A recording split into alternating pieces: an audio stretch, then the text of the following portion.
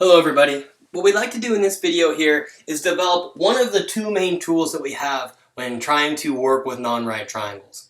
One of them is the law of sines. Let's go ahead and try to discover the law of sines for ourselves before we actually start working with it. So how can we work? What tools do we have at our disposal when we have a non-right triangle? Okay.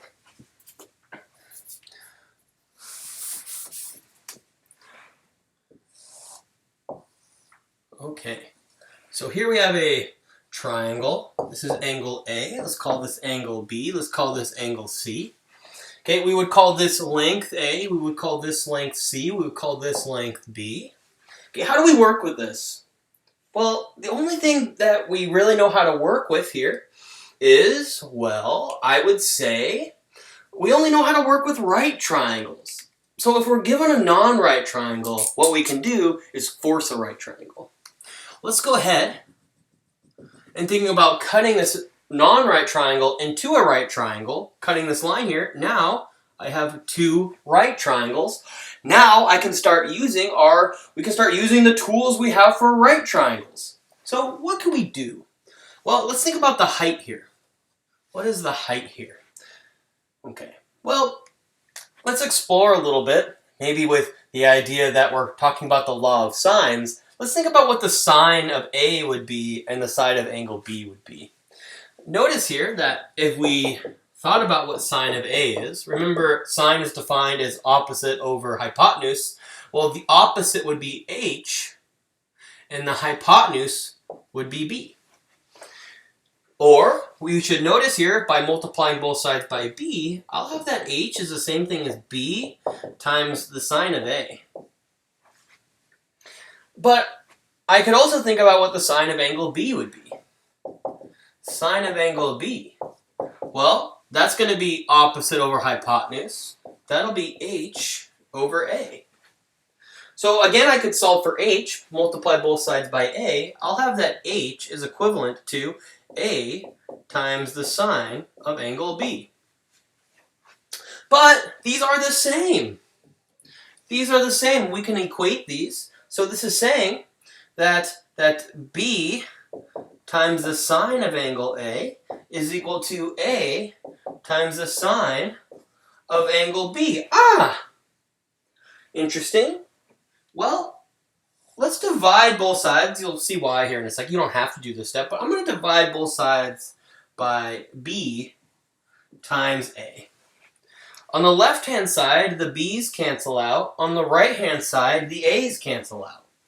So what we actually have here, notice, is that we have that the sine of angle A divided by side length A is equivalent to sine of angle B all over side length B. Interesting. So the ratio of the sine of an angle over its opposite side is equivalent to the ratio of the sine of B divided by its opposite side. This is interesting. But what about C? What about C? This is an interesting thing we've just discovered.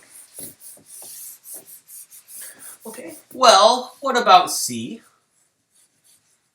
Well, what if we create a right triangle? What if we create a right triangle here? What if we make a right triangle here instead?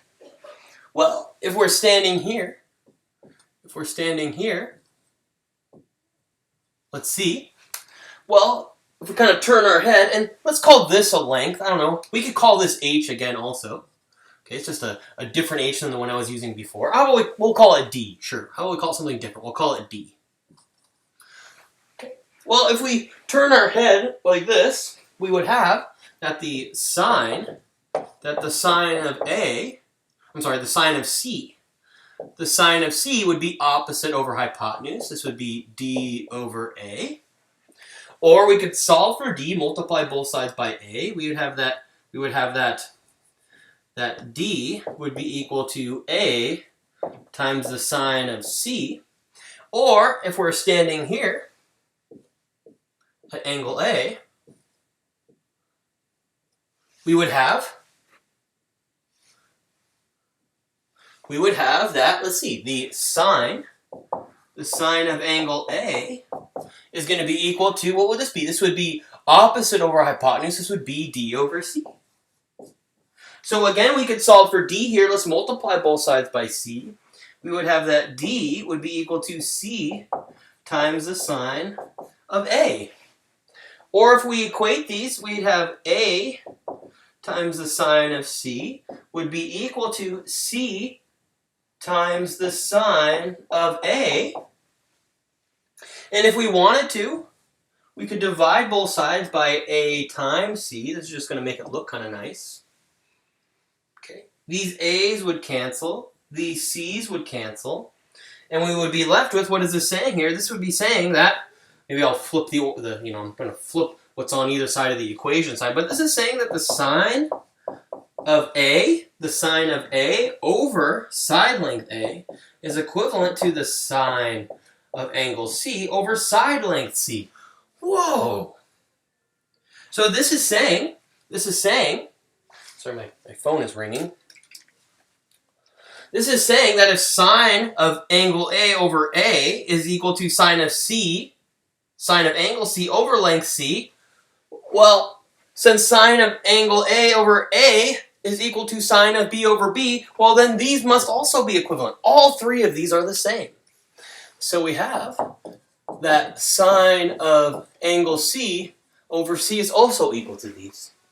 This is the law of sines. And we can flip it the other way if we wanted to. It could also be true that A over the sine of A is equal to B over the sine of angle B is equal to C over the sine of C. So here we have it. This is the law of sines.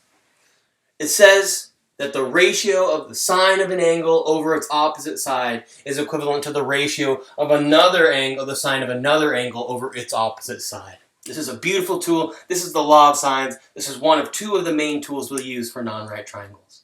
In the next video, let's get practice with using this. We'll see you there. Take care.